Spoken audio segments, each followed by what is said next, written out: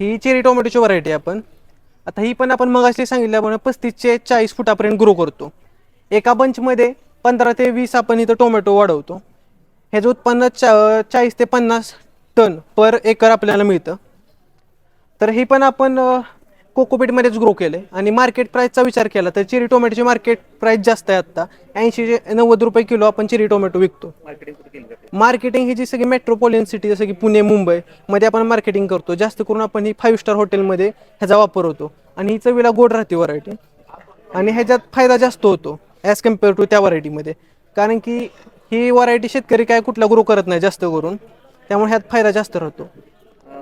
चेहऱ्याची जी लागवड आहे ते फक्त पॉली हाऊस मध्येच केली जाते का बाहेर असं ओपन करायचं म्हटलं तर करता येते का? आपण ओपन फील्ड कंडिशनला पण चेरी टोमॅटोची लागवड करू शकतो, पण त्यासाठी रिकमेंडेड व्हरायट्या वेगळ्या वेगळ्या आहेत. आता एक ह्यात प्रॉब्लेम आहे फक्त पॉली हाऊसमध्ये पॉलिनेशनचा. पॉलिनेशनला आपल्यासाठी मधमाशा लागतात आणि त्यामुळे पॉलिनेशन होत नाही. तर इथं पॉलिनेशन करण्यासाठी हँड पॉलिनेशन करतो. सकाळच्या टायमिंगला लेबर असतात, लेबर येतात झाड असं हलवतात, झाड हलवल्यानंतर परागकण त्या फुलात पडतात आणि त्याचं पॉलिनेशन होतं. एवढा एक प्रॉब्लेम आहे फक्त पॉलिनेशनचा.